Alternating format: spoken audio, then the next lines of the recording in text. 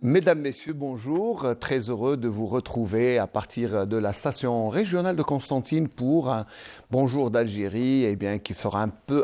Aujourd'hui, on ne va pas seulement parler de Constantine, mais on aura des invités de Sétif et de Guelma pour faire un round-up des événements. Bien sûr, on ne va pas quitter le mois d'octobre, puisque c'est le dernier Bonjour d'Algérie dans le mois d'octobre.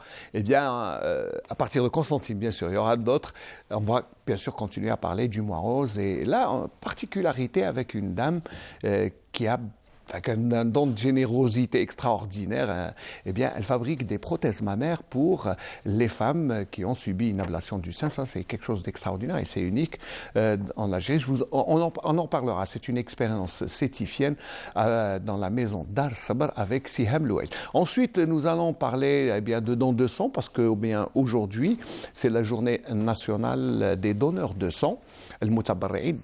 Hier, ils ont fait une journée de sensibilisation. Aujourd'hui, c'est la journée nationale et nous aurons une représentante du bureau du wilaya de la Fédération des donneurs de sang avec Insaf Laïb normalement. Voilà. Ensuite, nous aurons notre ami qui va nous parler du salon de l'agriculture et de l'agroalimentaire qui va se tenir à partir de demain à Constantine pendant quelques jours. Ce sera donc M. Ahmed Hannish qui est commissaire du salon et nous aurons avec lui Boulemarqa Tarek qui est le président des exportateurs dans ce domaine. Ensuite, nous reviendrons sur un événement qui chevauche deux événements. C'est d'abord la journée nationale de la presse avec la représentante du journal Moudjahid, qui est le doyen des journaux algériens, Ijahin Shahinaz. Et puis, nous parlerons aussi de Ket Biessine, puisqu'il y aura un événement à Guelma à partir de demain. À partir de demain, l'accueil des invités se fera à partir de demain à Guelma pour 3 jours sur un séminaire sur Ket Biessine et surtout Nejba. Voilà, c'est le sommaire de ce Bonjour d'Algérie qui va commencer comme on a pris l'habitude, une petite balade aérienne, histoire de replacer les idées et de repartir pour le débat. À tout de suite.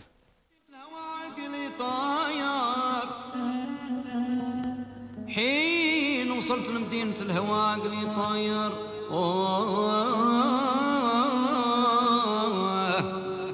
قدمت على الموت في رضا نجمة مرادي وانا دخلت انا عقب الظلامي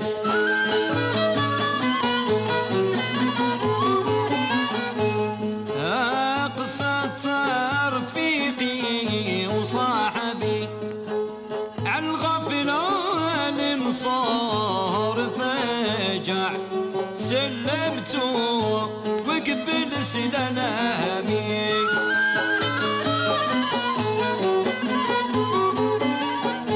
وديك الساعة عانت له الخبر قال أنا لرضاك طايع اختار اللي البلي بدنامي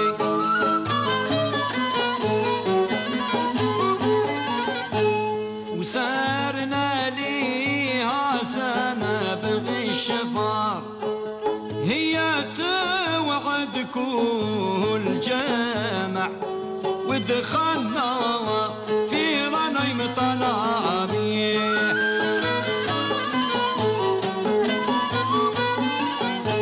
وفي عدة 20 أو كفار خبرتهم غايض المسامع قمصت ايش في فرافع الله يا سود الريامي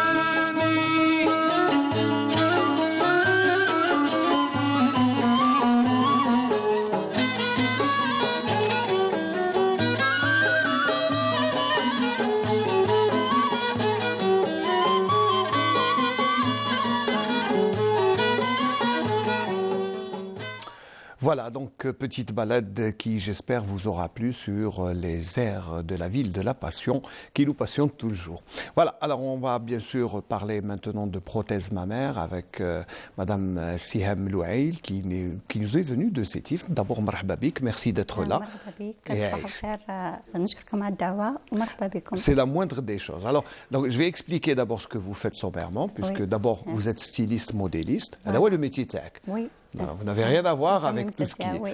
Voilà, mais vous faites des prothèses mammaires pour les femmes qui ont subi une ablation du sein. D'abord, comment une styliste تروح لهذا الشيء كيفاش جاتك l'idée d'abord؟ هي بدايتها من دار الصبر. دار الصبر هذه هي مؤسسة يقعدوا فيها مقيمات مرضى السرطان، يعني اللي يجيو بعد من كل الولايات يقعدوا يعني يقعدوا في دار الصبر. يقعدوا في دار الصبر. On lui a fait un reportage, Voilà. je crois, il y a 2-3 ans. C'était le professeur Hamdi Sherif. حمدي شريف وي Voilà. هو مدير مؤسسة voilà. Très bien. دار الصبر. بدات الفكرة من فما أنا متطوعة، يعني كان Bénévole, hein, je sais pas, vous êtes فوالا.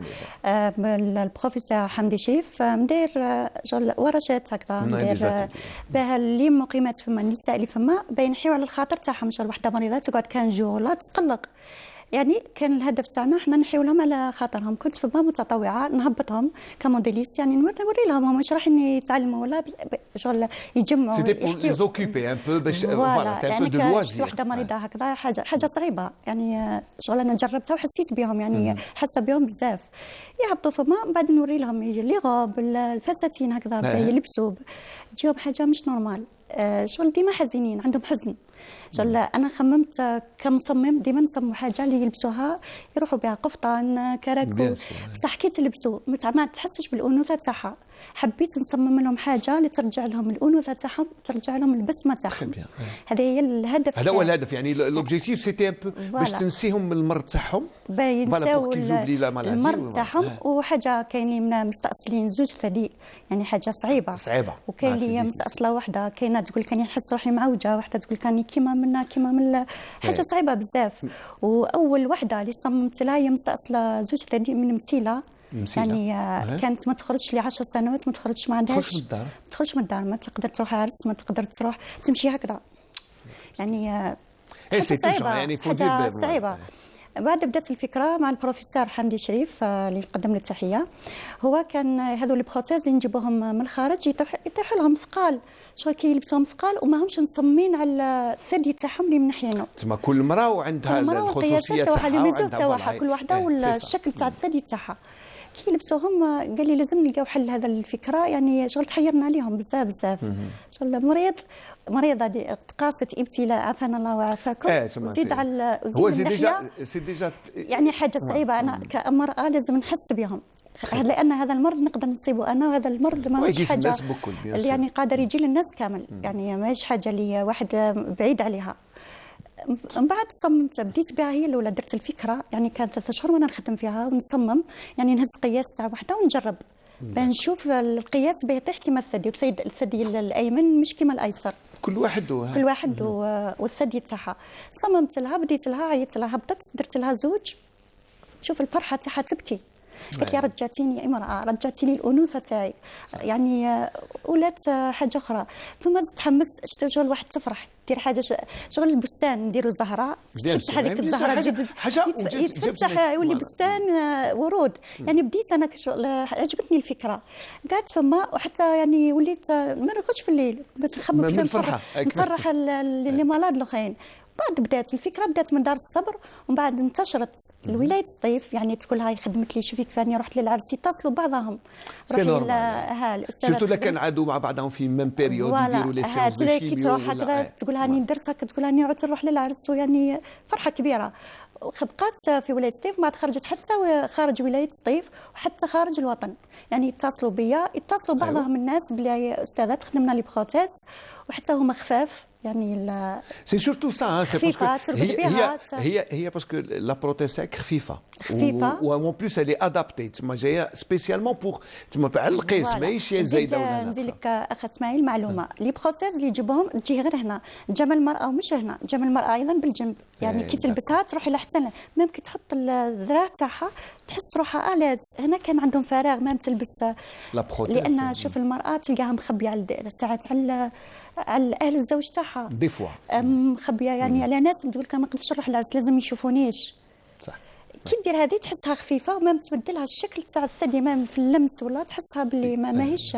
المهم يعني المراه ميم لا فام كونت elle s'habille ولا تروح سورتو باسكو بون العرس حنا سي ان ايفينمون بور لا فام كي تروح العرس سي ليفينمون هذاك حابه تروح هي وهي ماهيش منقوصه تمام اللي با اموندري هي في داخلها متقبله هذاك المرض لكن المجتمع تاعنا ما تقدرش حتى الناس متقبلين هذا المرض واحد ما راح يضحك عليه سبحان الله هذا ابتلاء اي واحد يبتلى به لكن هي كي تشوف هي في نفسها مش حابه تشوف هذيك فلانه باللي منحيه تنسى اصلا الثدي تاعها يبقى يعني انوثه تاعها المراه واش عندها الانوثه هذه الانوثه تاعها والوقفه تاعها الحمد لله. Alors on va voir le reportage اللي عملوه اللي داروه nos deux collègues Akram Ayadi et Yikhlef Walid que l'on salue bien sûr notre ami aussi Saïd Benounis toute l'équipe du centre de Sétif qui nous a envoyé ce reportage.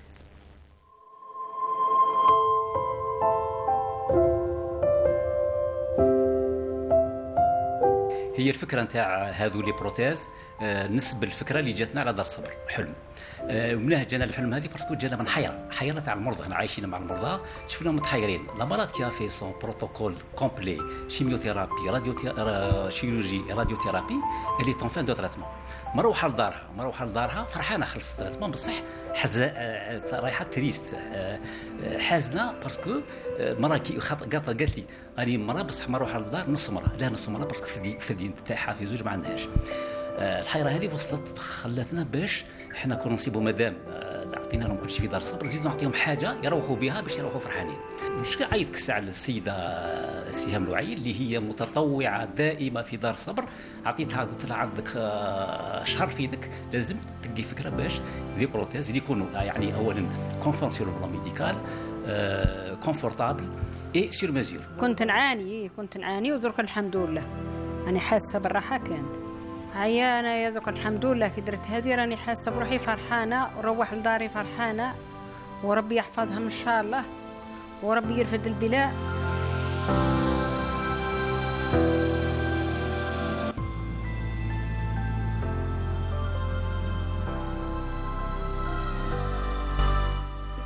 انه كأي سيده استأصلت الثدي تاعي عشت فتره يعني صعيبه بدون ثدي ما نقدرش نخرج من لا شامبر توجور في الدار باش نخرج باش نهز الدواء تاعي ما نقدرش نواجه الناس بلي عندي جهه وجهه ما كانش تخوفا من نظرات المجتمع ليا. ميم جيت انايا كي سمعت جيت سقسيت قلت لهم كيفاش هذا البروتيز تخدموا فيه.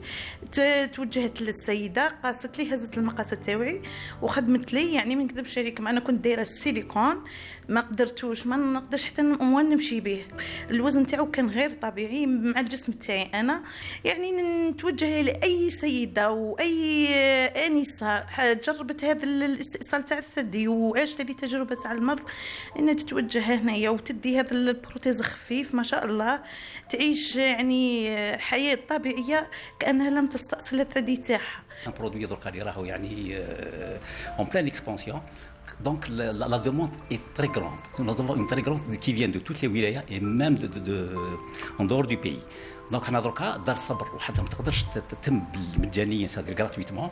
ان شاء الله on va trouver donc des solutions pour répondre aux besoins de toutes les femmes algériennes avec des moyens très simples et avec donc des prix très faciles pour le confort et une meilleure qualité de vie des patientes atteintes de cancer du sein dans notre pays.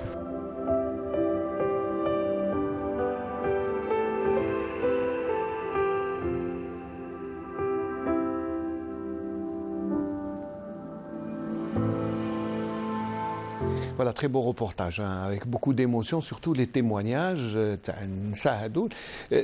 Bon, je pense qu'en tant que bénévole, le sourire et les remerciements, c'est أعظم سلاك تديه يعني je pense ça.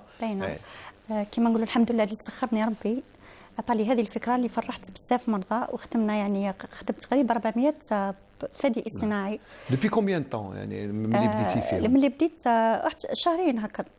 بدا القبول، يعني بدات الناس تجيني بكثره، بدا يجي الاقبال بزاف، لان هذه الحاجه فرحتهم بزاف.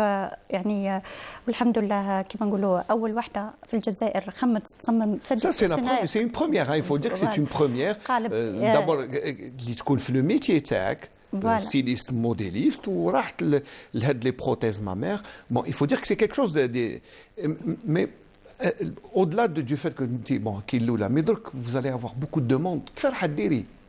المره الاولى ولا عندي تخوف يجي اقبال كما البارح كان اقبال كبير، يعني الناس والمره الاولى كنت حاطه الناس المرضى الا في دار الصبر، يعني كي كنت نروح نشوف غير اللي يجوا مقيمات، لكن حسيت باللي هذا المرض منتشر بزاف بكثره تجيني عادي هكذا تقول لي انا جيت حبيت نركب ثدي، يعني هذا المرض ولا كيما نقولوا لا مخبينه بزاف صح. il faut dire qu'il y a une grande malheureusement كاين بزاف malheureusement كاين لي كومبان دو ديبيستاج كوم لو موا d'octobre rose mais bon اكتوبر برك فيه كاين خدمه زايده mais c'est tout au long de l'année. وهذو المرضى ما نحسوش بهم شهر واحد في العام، يعني هذا المرض الناس كيما نقولوا على طول العام، يعني مش كيما نقولوا كيما نقولوا شهر ولا نهار ولا زوج، لازم هذو المرضى نبقاو نحسوا بهم ديما، لأن هذا المرض يقيس المرأة ويجوني حتى كبار في السن، يجوني يعني حتى 70 سنة 65 سنة المرأة تبقى امرأة ما فيهاش 70 سنة وتحوس ترجع الأنوثة تاعها، يعني مش حتى في واحدة صغيرة، يعني أنا كي شفتهم هكذا تقص بزاف، يعني كي يجيو حزينين تجي ناقصتها حاجة بزاف، تما يجيو حزينين يخرجوا فرحانين الحمد لله والله هم يشوفوا فيا كانوا يخرجوا فرحانين، وهذا هو الهدف تاعي. كيسيون تكنيك برك combien de temps باش ديري une prothèse ça vous prend combien de temps؟ أنا نخرج الكباغي تاع المرض، نهز لي ميزور، ومن بعد نخرج الثدي تاعها. المره الاولى نخدم نص نهار، وليت نخدم لي ميزور، نحط لي ميزور تاع تسمى كل شغل دي ميزور ستاندار فوالا. مي هي من الاحسن كل وحده كتجيوني حالات خاصه، كاينه المستأصله الثدي تاعها مش كامل، تلقاها هكذا برك شويه لازم تخدمي لها بروتيزيون بارسيال فوالا، يعني كاين حالات هذه هي. داكور اي بون هذه لو كو تاعها اكزاكتومون سا كوت كومبيان سا لو كو تاعها قد تسقام ا بو بري ميم سي انت دايرتها بينيفول؟ هي كي ميم نخدمها مبلغ رمزي، اي وحده تقدر تشريها، يعني مش حاجه سانكوت، مش حاجه تقدر تشريها هكذا لباس، تقدر حتى تشري زوج ثلاثه تبدل بهم، لان احنا نخدموهم التيسي، يعني قماش قطني لوات، يعني نوعيه رفيعه ونخدموها، وتقدر اي وحده تشري، تقدر حتى تشري ثلاثه تبدل بهم، ومده الصلاحيه هي 3 أشهر. علاه احنا نقولوا 3 أشهر؟ هي 3 أشهر مش راح تخسر، ولا تقدر تغسلها، تقدر ترقد بها 3 أشهر، لان المراه تسمان ولا تشيان، يعني المول يبقى هو، يعني في الحشوه تاعها كي تسمان نزيدوا، وكي تشيان نقصوا لها، لان اي واحد كنت تروح تخيط حاجه كنت تولي تفوت 3 أشهر تقدر تسمان، تقدر لي ميزور تبدلوا. لانك عندنا دائما نقول لهم عندنا القياسات العظميه ثابته والقياسات اللحميه تزيد فوالا في الكبار. دونك سي بيان دو بروندر 2-3 بروتيز surtout que ça ne coûte pas très cher، يعني faut dire تقدر تبدل بهم عادي، تدي زوج ثلاثه تشريهم تبدل بهم، يعني وبمبلغ كما نقولوا رمزي بسيط، اي وحده اي مريضه يعني رمزي بسيط سيتادير ا بو بري يقدر يروح هكذا مبلغ يعني صغير، اسمع مازلت ما درتش حنا نخدموا فيهم مجاني، عمرك اللي قاعده تخدمي فيهم غراتويت مجاني، ومنين نشري هادو على حسابك لي ماتيغ بروميير، نشريو بالمعينه تاع البروفيسور حمدي شريف بطبيعه الحال، ونتعاونوا نخدموا بور مومون انا نخدموا دار الصبر، يعني bon spécifiquement pour enfin ceux qui vont à Dar Sabr, mais il y a d'autres maisons comme Dar Sabr à travers toute l'Algérie. Il y en a à Blida, il y en a à Constantine, il y en a à Oran, il y a à Alger. Donc احنا بديناها مجاني، ان شاء الله باذن الله يمكن نخدموها، نديروا يعني مشروع صغير ونخدموها بمبلغ بسيط لاي مريضه، نعاودها اي مريضه، لان المرضى كامل تلقى ما عندهمش ظروفهم لا غالب عليهم، يعني راهي التكلفه تاع المرض هذا راهو ديجا هو غالي، سي لا بريزون شارج على مالادي اللي كوت تري شير. نخدم للمراه حاجه اللي تقدر تشريها وتبدل بها ونفرحها بمبلغ بسيط. هم يجيبوا هذوك لي بروتيز تاع الخارج مبلغ شويه غالي، وتقول لك ما نستعملهاش تطيح لي وما تجي تشريها، ومن بعد تتاسف تقول لك خسرت دراهمي وما عملتهاش. يعني هذا هو الهدف تاعي، نفرح المراه بحاجه بسيطه وترجع لها الانوثه تاعها. احنا ما نقدروش نرجعوا الثدي تاعها، مستحيل. ما راح اللي راح نبقاو احنا المهم نرجعوا لها البسمه تاعها ونرجعوا لها الانوثه تاعها. تري بيان. اسكو فوزيت بريت، يعني اسكو قابلات نعطي البروسيدي وتمديه للناس اخرين باش يخدموه؟ يعني بور فورمي دوطخ جون، يعني باش انا شوف يتعلموا. الانسان ما يكونش اناني. الفكره تاعي حاجه باينه، نقدر نعلم ناس يخدموا معايا ولما ما لا كيما نقولوا نوزع للوطن كامل، حتى خارج الوطن يتصلوا بيا من تونس من مصر، يعني عجبتهم الفكره انها خفيفه، لان الانسان هذا حاجه باينه يقعد هذا العمل يمشي عليا ونأجر عليه يعني ان شاء الله ان شاء الله الحمد لله. لا هذا سا سي لالترويزم تاعك، هذه لا جينيروزيتي تاعك، درتي حاجه ومديتيها للانسان باش يفعل. الحمد لله سا سي سكي بيان. بون نقولوا درك كيف تشوفي لي بيرسبكتيف تاع لافنير، كيف تشوفي في المستقبل تاع هاد لي بروتيز؟ نشوف فيه عنده مستقبل مليح، حاجه باينه، حاجه لان هذا المرض يعني ربي يخفف علينا هذا البلاء، راه منتشر يعني وعنده اقبال، زعما فيها كيما نقولوا طلبات مش راح تخلص. ثم مش خلاص هم قاعدين يزيدوا، قاعدين يزيدوا، انا شفت قاعدين غير يزيدوا، حتى نعود ما نقدرش نوفر طلبات يعني كيما نقولوا بدا يكبر العدد، كان شويه كبر ما تقدرش كيما نقولوا توفر لي. وان شاء الله باذن الله نحط مساعدات معايا هكذا نفرح جميع المرضى ان شاء الله باذن الله. Très bien, là on arrive enfin le passage تاعك. J'espère que رانا on a contribué، ساهمنا ولو بقليل يعني معاك في هذا دابور، باسكو ان شاء الله دار الصبر ديجا هي مشروع انساني حاجه مليحه، حاجه رائعه. مي alors les prothèses mammaires هكا كيما اللي قاعده ديري فيهم سي اونكور اكسترا اوردينير. واش تقدري تقولي للنساء جوستومون، هذا سي ان ميساج اللي انتيا كوحده مدت، واش تقدري تقولي للنساء بالك انكوراجي لي زوتر ستيليست موديليست افير كوم فو يقدروا يديروا كيفك؟ قصدك لي مالاد، واش نقول لي مالاد وسورتو لي ستيليست موديليست اللي كيما انت بالك يقدروا يديروها؟ لان التصميم احنا كمان دائما نصمموا ثياب، لكن هذه المره خممت على المراه، لاني انا كنت عايشه معهم بزاف، نعيش معهم، عايشه القصص تاعهم. هذه الحاجه مليحه، والمراه جميله يعني يعني كما نقولوا لا تحزن، هذا المرض ابتلاء يعني، والحمد لله يعني قدرت. احنا نقولوا لك بارك الله فيك.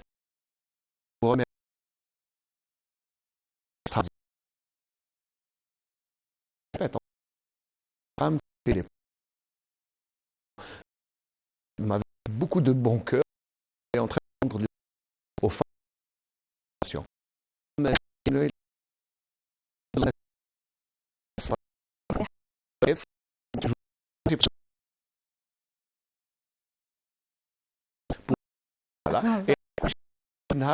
ان شاء الله فوالا فيزيت دو كورتوازي سالي عليهم بزاف، والله يكثر الناس اللي من مثالك ان شاء الله.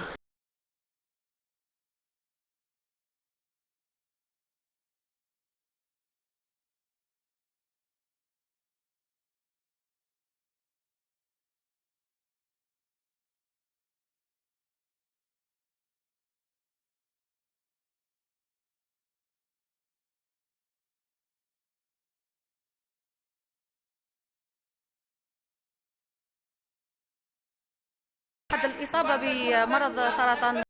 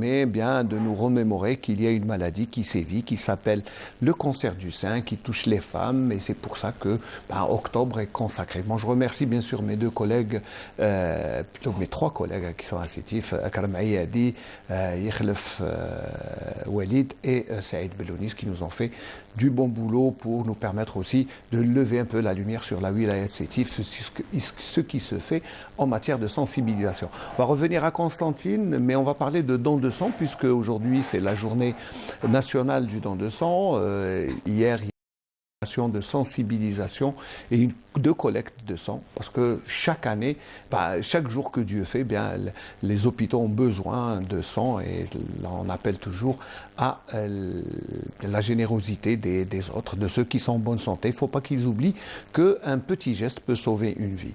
Voilà, alors, docteur, c'est ça? Je ne me trompe pas? Oui, oui, je suis docteur. Merci beaucoup d'être là, docteur, et puis marhaba bik, vous allez représenter la Fédération des donneurs de sang. Oui. Voilà. Hier, vous avez fait une opération d'une campagne de collecte de sang ici à l'Université des sciences islamiques. Alors, pourquoi avoir choisi d'abord ce lieu? Alors, et qu'est-ce que vous avez fait exactement?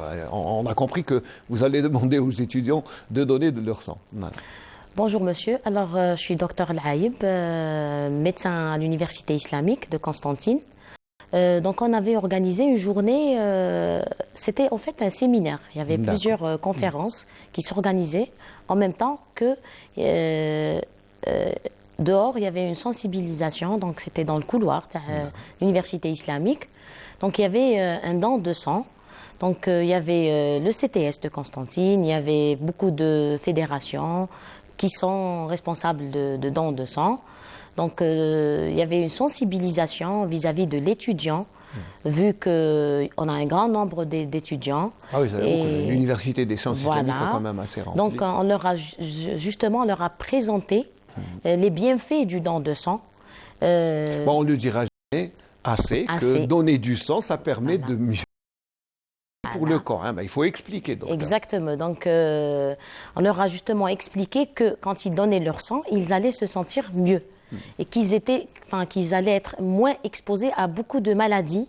Ces maladies touchent beaucoup plus la personne plus âgée, mais on peut toujours les prévenir. Par exemple, quelles maladies on peut éviter? Bon, je vous parle de maladies cardiaques. Donc, on va éviter l'attaque cardiaque, on va éviter d'avoir des veines bouchées. Je vais essayer de vous parler familièrement comme ça. Tout le monde va nous comprendre. Donc, ça va nous éviter l'AVC. Notamment l'HTA qui concerne et le cœur et va se retentir. Voilà, ça va retentir sur le cerveau. Ça va, le foie va mieux se sentir, donc il aura une masse moins importante enfin, il s'affait moins, on va dire quelques mots en arabe. Voilà, il va filtrer une quantité moins importante. Et puis, la chose la plus importante, en donnant notre sang, on va régénérer un nouveau sang. Donc la moelle va se mettre à travailler un peu plus et nous donner un nouveau sang qui est mieux portant, qui est plus jeune, en sachant qu'il y a certains malades qui dépendent de notre sang. Ouais. Cela doit nous encourager à le donner. C'est surtout qu'on peut sauver une vie. Hein. Ça, c'est important de dire. Il y a des gens qui dépendent de notre sang, ne serait-ce qu'une goutte régulière. Donc notamment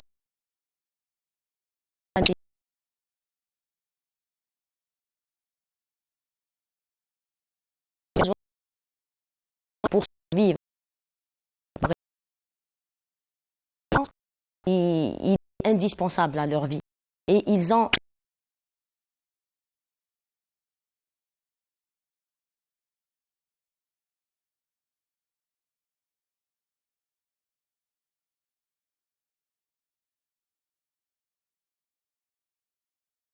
on apporte une vie.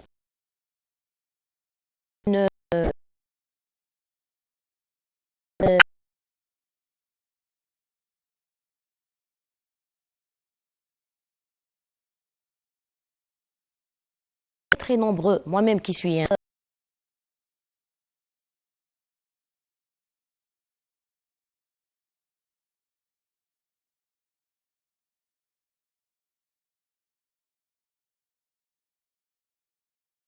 juste là.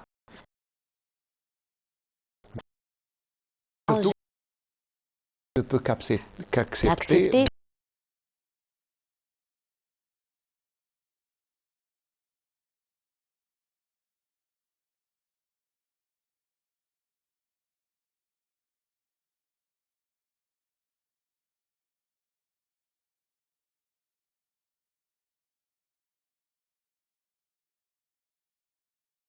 Dans le Rhésus est vraiment rare. Les cibler, les identifier d'abord. Voilà.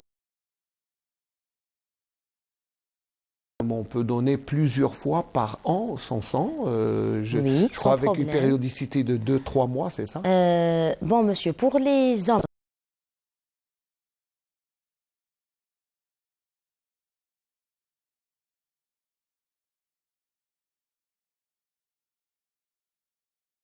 qui est plus commune, la cigarette. Quand ils ne portent pas de maladie chronique, voilà, et héréditaire eux-mêmes, même si elles ne concernent pas le sang.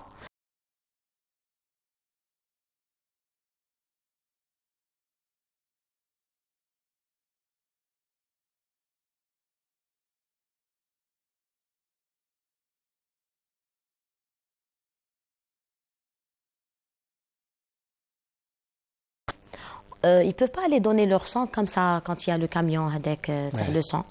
C'est une organisation, D'accord, c'est spécifique puisque c'est rare, c'est pas courant. Et donc ça sera au besoin. Et ça sera au besoin. À chaque fois qu'on nous appelle, on va donner notre sang. C'est bien de parler de l'identification des résus négatifs. C'est très important. Vous savez, on va juste voir le reportage qui a été effectué hier lors de cette opération pour voir comment s'est déroulée cette opération de collecte de sang à l'Université des sciences islamiques, ici, c'est tout près de la station.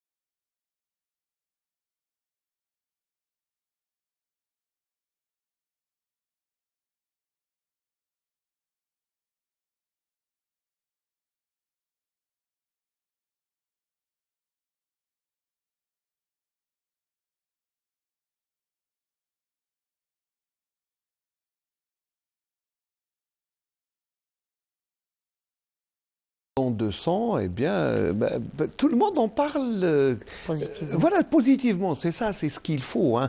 Bon, je pense que l'opération d'hier a permis une grande collecte auprès des étudiants, je pense. Oui. Hein. Elle s'est très très bien déroulée. On était très satisfaits de la collecte. On était très satisfaits de la grande audience. Donc, on va dire qu'on a sensibilisé un plus grand nombre. Le fait de trouver une jante plus jeune, donc le message est forcément passé. Passé rapidement, et puis les gens efficacement. Ont répondu. On a vu hein, que toutes les tranches d'âge répondaient. On a collecté un très grand nombre de sachets en un temps record. À 11 heures, il fallait changer de réserve quoi, pour ramasser des sachets. Ouais. Donc tout le monde était très satisfait de cette opération. Alhamdulillah. En attendant de meilleurs. D'autres, voilà, c'est ce que je veux dire, mais ça ne suffit pas. Il faut tout le temps renouveler. Parce que les gens, le besoin est fréquent, est permanent. Il est vital. Leur vie dépend de ce sang-là. Il y a des gens, en fait, il y a des maladies, bon, je vais citer la drépanocytose. Ils ont un globule rouge qui ne survit pas plus de 20 jours. Donc, c'est des gens qui vont avoir besoin de sang tous les 20 jours. Donc oui, alors que normalement, on a un globule rouge qui survit 120 jours et on a la capacité de le renouveler. Alors que eux, ils ont un globule rouge malade. Même s'ils le produisent, il ne va pas servir. Donc tous les 20 jours, ils ont besoin d'avoir un apport de sang. Un apport de sang pour vivre, voilà. Et sans oublier qu'ils ont beaucoup d'effets secondaires. Donc le nombre de donneurs, il ne sera jamais suffisant. Parce que les gens qui dépendent du sang, ils vont finir par développer des allergies, on va avoir besoin de types, de sous-types. Il y a beaucoup d'analyses à faire. Donc, il faut avoir une grande collecte pour une meilleure sélection. Et un sachet de sang, il peut sauver 4 personnes. Ça, seulement un sachet, c'est pour une personne? Non, on n'utilise pas le sang complet. On utilise les constituants du sang. Donc, il y a des gens qui ont besoin de plaquettes, d'autres, ils ont besoin de plasma, et la majorité ont besoin de globules rouges, de concentrés globulaires. Et ce sont ces gens-là qui sont souvent dans le besoin. Voilà, donc donner son sang, pour un homme, si c'est 5 fois, il faut les user. Ouais. Il faut en profiter et donner votre sang autant de fois. Et croyez-moi, vous vous sentirez mieux en donnant votre sang. C'est vrai que quand on donne du sang, on se sent un peu plus léger. On se sent, je ne sais pas, il y a une certaine euphorie à la limite. Exactement. Et puis, la sensation de donner, et de permettre à quelqu'un de souffler, de continuer à vivre, c'est très important. On nous a appris, on nous a éduqués, puis notre religion nous conseille de donner, et sans modération. Voilà. Et tout cela sera, Inch'Allah, comptabilisé. Exactement. Inch'Allah, voilà. Mais il faut dire aussi qu'il ne faut pas attendre la journée. Non, il faut donner tous les jours. Pour cela, il faut être un peu plus organisé. Bon, il y a eu un recul de dons de sang par rapport au virus, coronavirus. Maintenant, moi, je rassure les gens. Tout va bien. Ressortez, donnez votre sang, reprenez contact avec vos associations et réactivez-vous, quoi. Voilà, parce que les gens qui ont besoin de sang, ils sont vraiment dans le besoin. Ils sont vraiment dans le besoin. Et puis, il y a leurs familles sont désemparées. Ils donnent autant de fois, mais il n'y aura jamais autant. Ça ne suffira jamais autant. Bon, pour plus sensibiliser les gens, on devrait peut-être cibler d'autres institutions. Oui. Voilà, on devrait pas seulement aller vers l'université. Bon, vous savez, il y a les stades, les mosquées. Au niveau des mosquées, c'est déjà bien organisé. Ça se fait régulièrement. Ça se fait déjà. La nouveauté, dont on a parlé un peu hier, c'est procurer un don de sang au niveau du travail, votre lieu de travail. Donc, vous n'aurez pas à vous déplacer. Vous aurez juste à montrer une volonté. Et l'équipe se déplacera, Inch'Allah, et prendra votre sang. Vous aurez votre carte de donneur, et ça sera mieux organisé en faisant ça. Mais ça reste un projet. Non, mais c'est vrai, bon, c'est un projet qui est bien, mais ça ne suffit pas, on le dira jamais. Ça, il faut aller donner son sang, il faut aller vers des institutions, les centres de transfusion sanguine. On a un excellent centre qui est à la Nouvelle-Ville, qui est très actif. Il suffit juste de se rendre là-bas et on est pris en charge. Oui, il y a une équipe vraiment sérieuse et draconienne là-bas. Ils sont très actifs, ils sont bien organisés et bien chapeautés. Ça se passe très bien. Il y en a peut-être qui vous diront que c'est assez loin, la Nouvelle-Ville, le CHU est toujours là, le camion est toujours au centre-ville. Vous déplacez là où vous voulez. Les CTS sont bien répartis, c'est-à-dire au niveau des communes même. Quelqu'un qui habite au Khroub, il n'a pas besoin de se déplacer à Constantineville pour donner son sang. Il peut aller demander, première EPSP leur diront comment faire. Donc c'est très facile, c'est bien organisé, il suffit juste de montrer la volonté de le faire. Et la volonté, bien, je pense qu'il faut... Elle est individuelle et elle revient un peu à la sensibilisation aussi. Voilà. Alors, il faut expliquer, il y a des gens qui me disent, quand je donne mon sang, je présente l'hypotension, j'ai un malaise. Non, je leur dis que c'est pas vrai. Ça n'a rien à voir. Parce que c'est bien le déroulement le déroulement du don, bien vous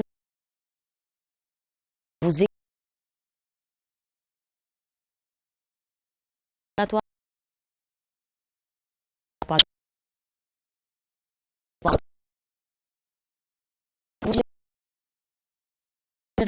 plus léger. Non, c'est quand même assez sérieux.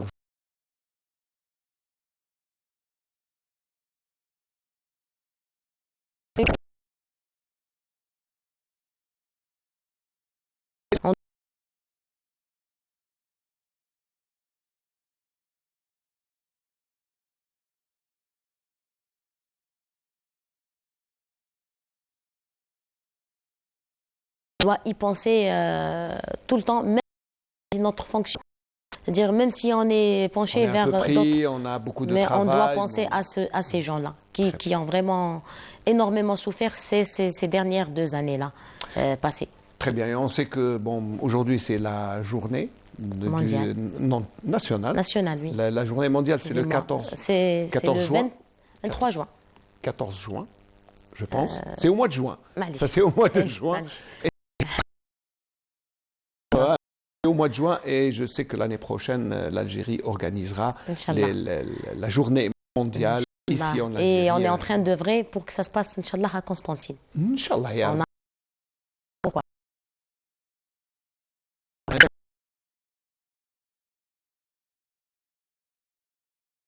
Si monsieur avec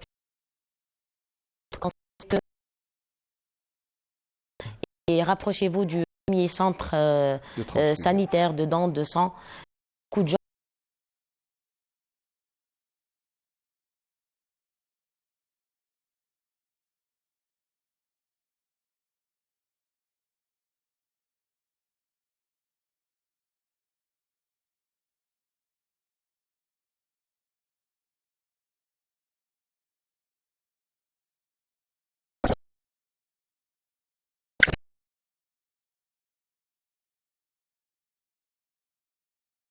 octobre 1976, si ma mémoire est bonne. Voilà. Bonne fête, mais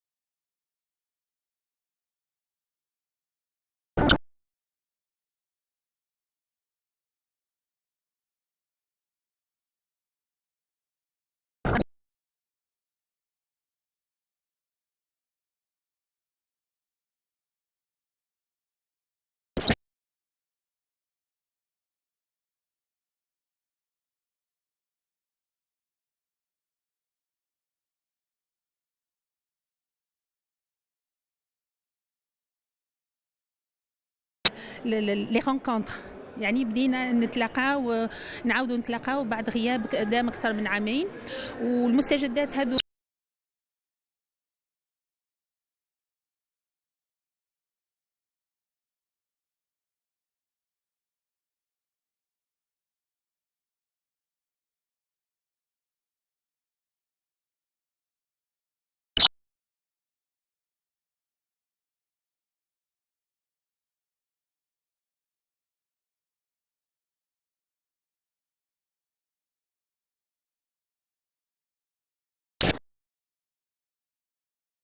بوغ الديبيستاج مازال التحسيس، يعني هذا الدور تاعنا وتاعكم انتم كاعلام ايضا، باش يعني الناس يعني ما يعودوش يقولوا غير الشهر الوردي في اكتوبر، يفوك لا سنسيبيزاسيون الديبيستاج يعني مده كل العام. يعني أنا جيت باش نقدم على المستجدات في استعمال جهاز المناعه او ادويه التي تؤثر على جهاز يقتل الخلايا السرطانية. هناك علاجات جديدة، وهذه العلاجات تعتمد على الجهاز المناعي الذي يحارب الخلايا السرطانية. هي كلنا عندنا خلايا سرطانية يخرجوا، والجهاز المناعي يقتل هذه الخلايا السرطانية. كان واحد المرض نخدم عليه هو مرض سرطان في الجلد. في قبل 2011 كانت نسبة العلاج فيه 5%. دركا نسبة العلاج في هذا السرطان أكثر.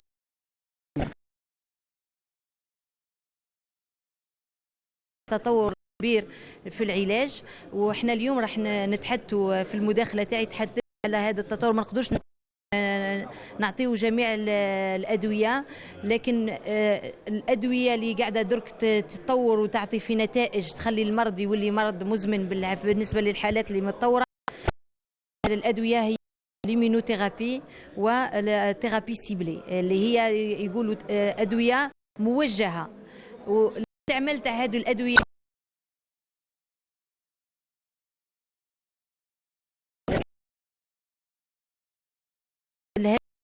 نتجهوا إلى طب مشخص. كل ما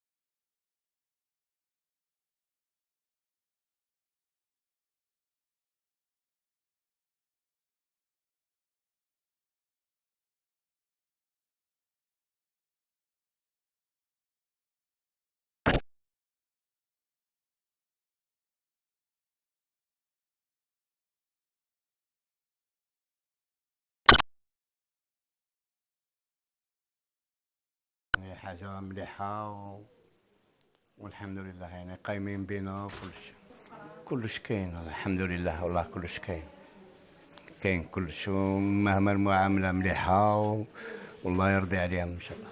من 2017 بتعالج هنا في هذه المستشفى، مستشفى دودوش.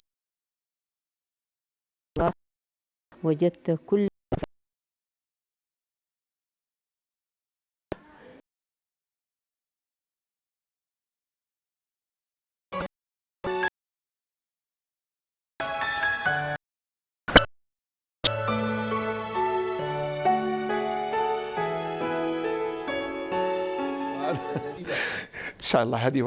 Baraka, c'est aussi ce genre de reportages qui nous permettent d'être toujours vigilants et d'être aux aguets et surtout eh bien, de continuer dans ce mois de sensibilisation du mois d'Octobre Rose pour la lutte contre le cancer du sein, mais aussi les autres maladies.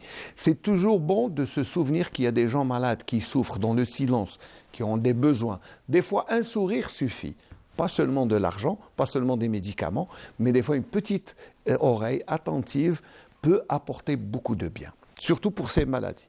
Bon, on va changer un peu de contexte, on va essayer bien sûr de rester positif parce que les événements se suivent et se succèdent et se suivent à un train effréné. Eh bien, on est heureux aussi d'accueillir le salon de l'agroalimentaire. C'est, si je ne me trompe pas, c'est bien le contexte. J'ai avec moi alors deux personnes différentes.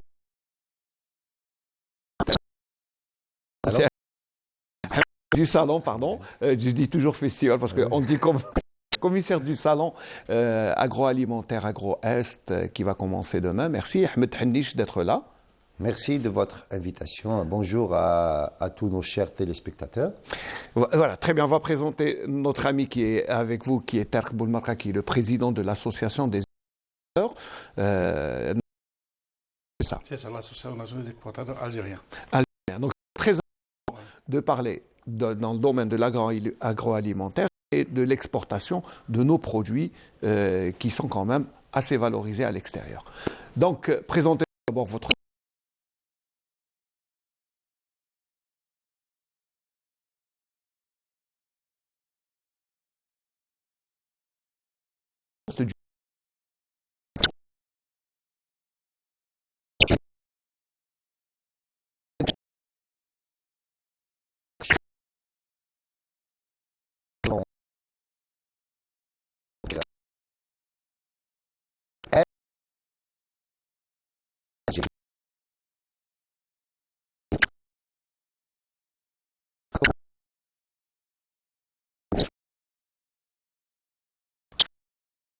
Et près de 200 exposants.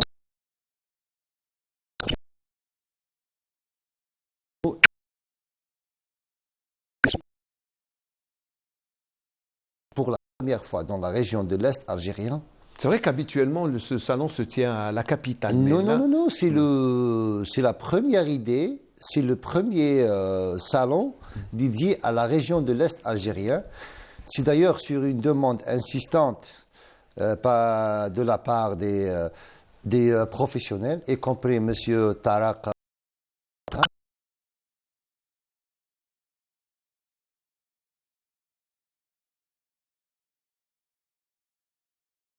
Et on a reçu un bon harcèlement, on va dire un harcèlement positif. Hein. Nous, en tant que Sunflower Communication et organisateur de ça, comme une première édition, ça n'a pas été facile de rassembler tout ce beau monde. Il y aura combien d'exposants? Il y aura près de 200. Ou peut-être un peu plus de 200. Rien qu'hier à l'après-midi, il y avait des gens qui voulaient... Ils sont venus. Je souhaiterais profiter de ce salon. Donc on a tout fait. Heureusement que l'espace le permet, parce que c'est à la grande salle Ahmed Bey. C'est à la grande salle Ahmed Bey, en fait c'est à l'extérieur, c'est au parking, deux grands chapiteaux. C'est ce qui est disponible à Constantine. On aurait aimé que le palais des expositions soit réalisé. J'ai eu une brève discussion avec monsieur le Wali de Constantine récemment. Inch'Allah, c'est-à-dire avec la santé financière du pays actuellement, Inch'Allah, le projet relancé, parce que c'est très important. C'est très important que la capitale de l'Est ait un espace d'exposition qui peut générer d'abord des ressources financières et puis qui permet de... C'est très important. Pas seulement dans le domaine de l'agroalimentaire. C'est indéniable. Quand on dit l'Est algérien, on dit Constantine qui est la capitale. Maintenant, un palais d'exposition n'existe pas. Nous, on a tout fait pour réaliser ces salons. Et ce n'est pas facile, Dieu sait. Ça ressemble à un parcours du combattant. Un parcours du combattant, c'est un travail sans relâche, c'est une équipe dévouée. On travaille parfois 22 heures sur 24 pour rassembler tout ce beau monde, pour convaincre. Je crois que c'est le succès du bâtiment, du salon du bâtiment, qui vous a encouragé à continuer. Tout à fait. Nous, on est à l'écoute. tout ce que demande l'opérateur économique, c'est l'espace B2B, c'est l'espace d'échange. Il n'y a pas mieux qu'un salon pour faire rencontrer des opérateurs. D'abord les professionnels. Oui, des professionnels. C'est à travers les discussions dans des salons que jaillissent des idées d'investissement. On a plusieurs expériences dans le bâtiment. Il y a des projets qui ont été lancés depuis 2018 qu'on est là qui ont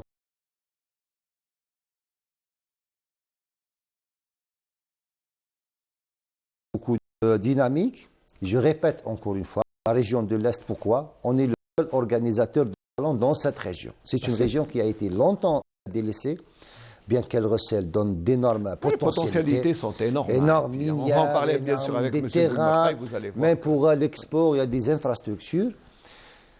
J'estime que ce salon va donner certainement un coup de pouce à ces filières dynamiques qui sont liées intimement liées à notre sécurité alimentaire. Ça, c'est important. Voilà, et c'est l'objectif primordial du salon. Alors, M. Boulemarka, pourquoi vous avez insisté à ce qu'il y ait ce genre de salon ici à Constantine? Pourquoi? Bon, quand M. Hanish est à la Chambre de commerce de Constantine, parce que je suis le premier vice-président, il parlait que du bâtiment. Je dis, moi je suis de l'agroalimentaire, donc il faut faire quelque chose. Ça fait l'agroalimentaire, le salon de l'agroalimentaire, c'était au moins 20 ans d'absence. C'est quand même énorme. Oui, ça se faisait avec Sonitech. Vraiment, il y avait un monde fou pour les acheteurs. Il lui dit, certes, cette fois-ci, on va t'encourager, mais la prochaine fois, tu vas m'encourager. Et ce déclic-là m'est venu, donc,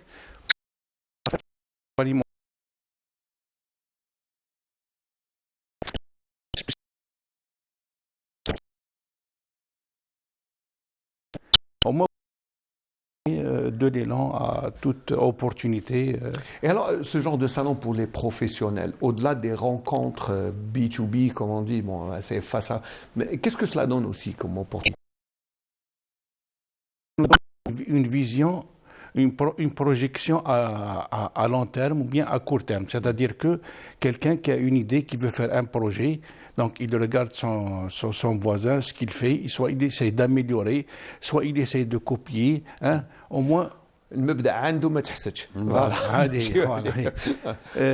moins qu'il fasse quelque chose que... Tant que l'État encourage à faire des petits... Derrière, il vaut mieux faire quelque chose de bien pour le pays et pour... Connu à cause de un frein qui a peut-être qui vous a causé beaucoup de préjudice. Maintenant, est-ce que la machine est en train de repartir? Nous avons atteint les 5,8 milliards.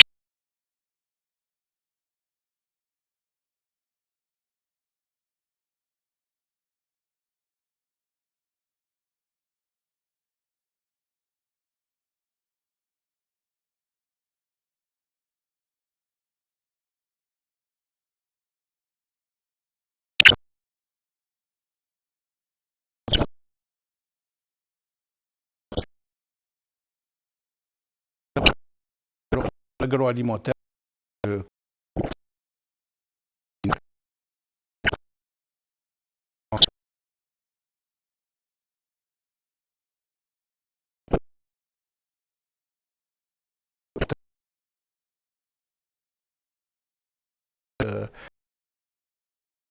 y a une d'absence. Moi, je viens de rentrer du Cial. Les gens demandaient du couscous, demandaient des pâtes, demandaient du couscous. Hein. Le produit algérien est bien coté. Le Cial, c'est le salon international de l'agroalimentaire. Il y avait avec moi l'huile d'olive. L'huile d'olive est très demandée. Les eaux minérales, les jus d'orange. Les aussi les produits bio, hein, attention, bio. Sont très demandés parce que en Algérie,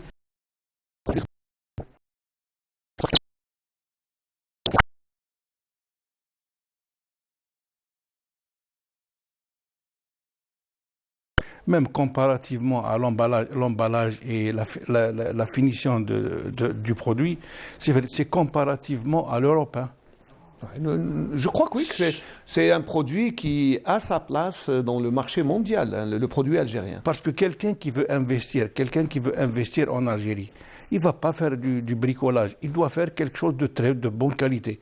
Et tout investisseur, quand il investit, c'est-à-dire qu'il met la main à la poche, c'est-à-dire qu'il n'hésite pas sur les moyens.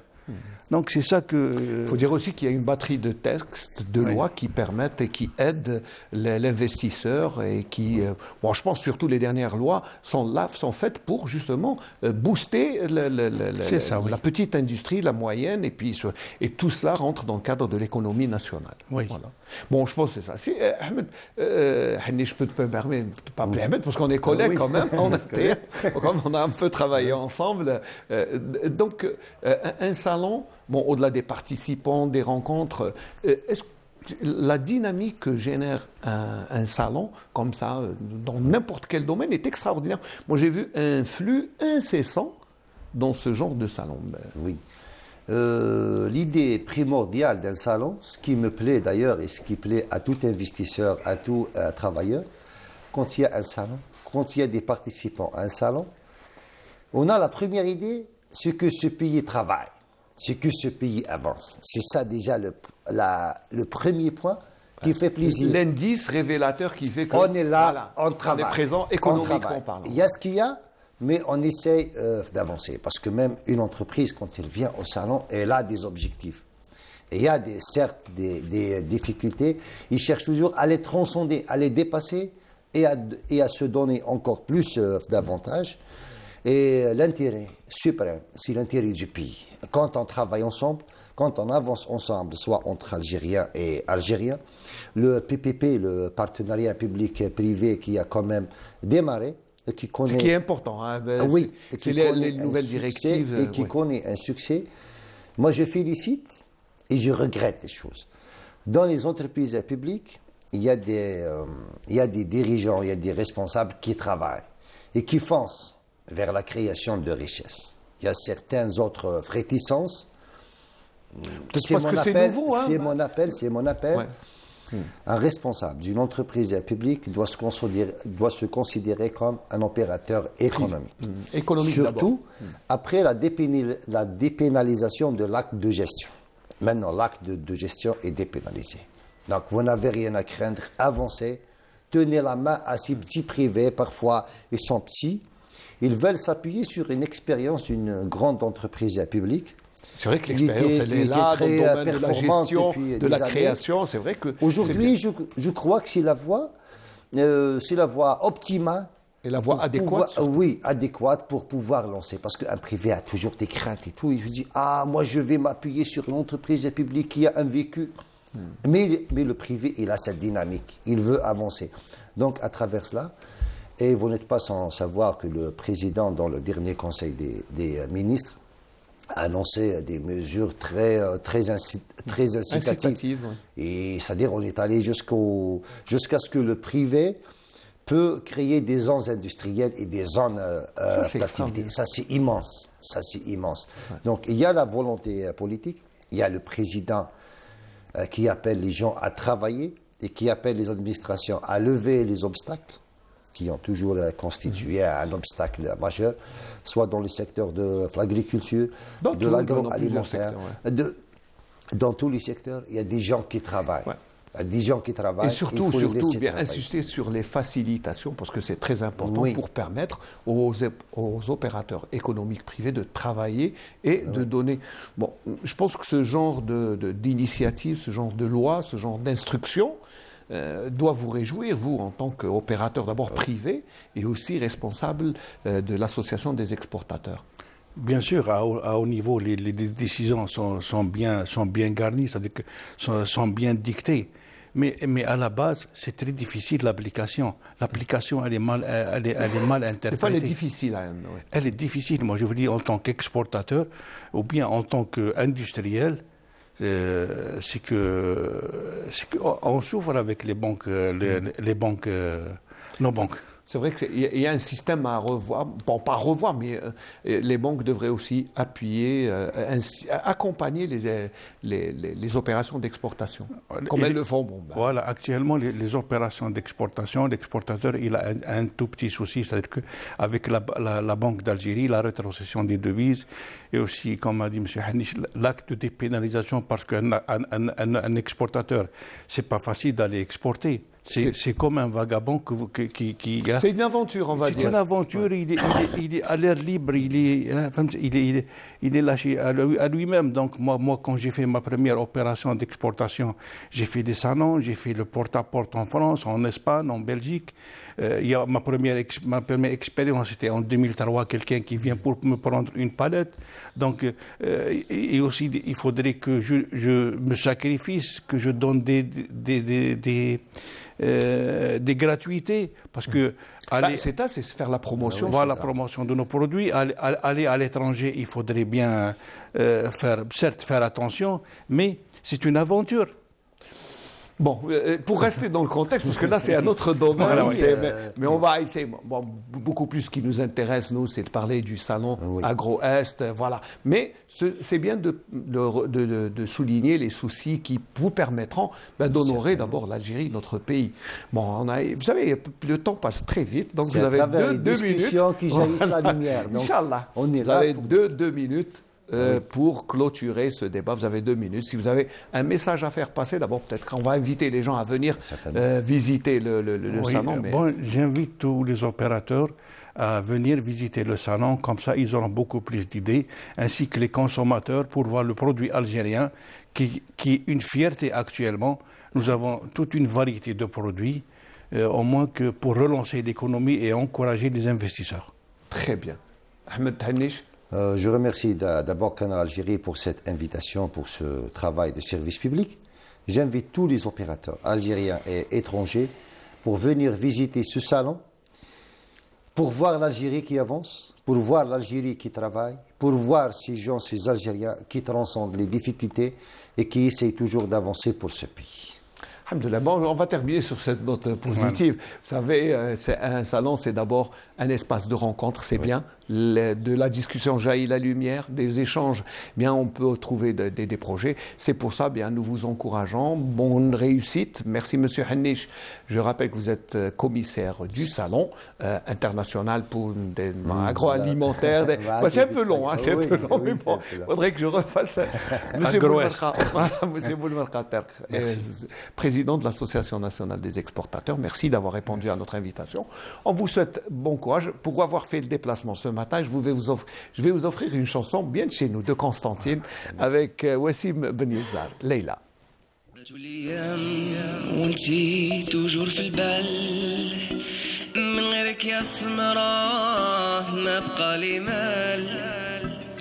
مالي فيك وفيه خزرة عينيك سبحان الخالق ليك ذا سواك عقلي حال في قلبي المذال غرق في هواك وما جايب بالحال ويانا المغبون في بحر الحب عوام ويا مجرام راني بين يديك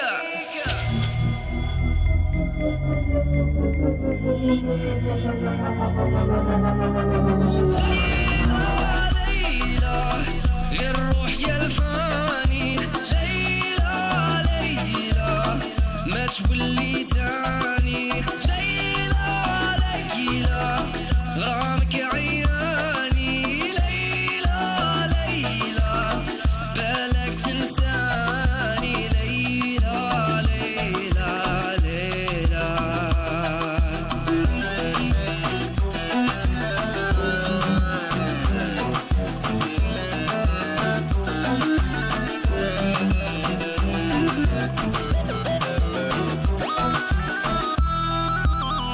تحصرت عليك من جامع على جالك بكيت يا القلب قصح وارتاح صاي انا منك تهنيت خسارة عليك يا اللي نعيش معاك تمنيت نويتك الحلال وعلى ربي الكمال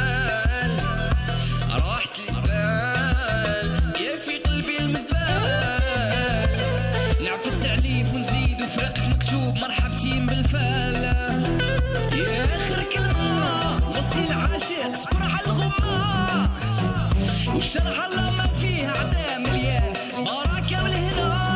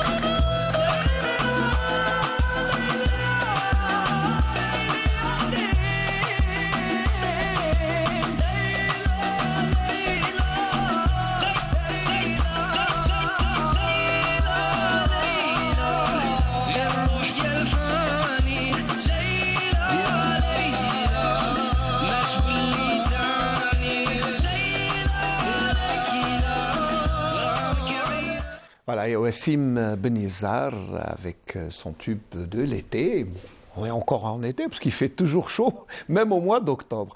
Alors on va rester dans un contexte particulier qui est la journée nationale de la presse célébrée le 22 octobre, mais aussi à l'approche du 28 octobre qui est l'anniversaire du recouvrement sur la souveraineté de la radio et la télévision algérienne le 28 octobre 62. Donc on est tombé entre les deux dates et pour m'accompagner dans cette thématique, Shahinez Jahnin, merci d'être là. Reporter Al-Moujahid, qui est le doyen de la presse algérienne, il faut le dire. Oui, exactement. Et ça doit être une lourde responsabilité d'abord. Non, c'est une fierté de travailler pour un organe aussi historique et qui est le doyen de la presse nationale. En effet, l'Algérie a célébré samedi dernier la journée nationale de la presse sous le slogan « Défi d'hier, défi d'aujourd'hui », qui coïncide avec la commémoration du 22 octobre 1955, date de l'apparition du premier numéro du journal Résistance algérienne, Al-Muqawama al-Jazairiya. Voilà, qui était le premier organe officiel, porte-parole du Front de Libération Nationale. Et de l'armée. Et de l'armée de Libération Nationale. Très bien. Donc, vous savez, tout ça, pour en parler, moi j'ai préparé un petit papier à ma manière. Je vous propose de l'écouter, donnez-moi votre avis. Alors, d'abord, sur cette célébration de la presse. La journée nationale de la presse célébrée le 22 octobre est venue reconnaître le combat des journalistes algériens mené aussi bien dans les moments triomphaux que difficiles de l'histoire de notre pays. Les journalistes algériens actifs sur plusieurs fronts ont accompagné l'actualité de leur pays avec un sens aigu de la responsabilité et un engagement professionnel sans faille, confortant son rôle de défense des constantes nationales à travers la mise en valeur de l'identité nationale avec beaucoup de patriotisme. En hommage à la parution le 22 octobre 1955 du premier numéro du journal Résistance algérienne, porte-voix du Front et de l'Armée de Libération Nationale, cette journée de la presse intervient cette année à quelques jours du 60e anniversaire du recouvrement de la souveraineté sur la radio et télévision algérienne, un certain 28 octobre 1962. La presse, quel que soit son support, écrite, électronique ou audiovisuel, est confortée dans son engagement patriotique sur le terrain au service d'une nation à travers la liberté d'expression constitutionnalisée par les réformes législatives et réglementaires de la nouvelle loi organique sur l'information, la loi de l'audiovisuel ainsi que la loi sur la presse écrite et électronique. Tout en saluant la corporation, cette journée est également l'occasion de se souvenir de ceux qui nous ont quittés en ayant accompli leur honorable mission avec fierté.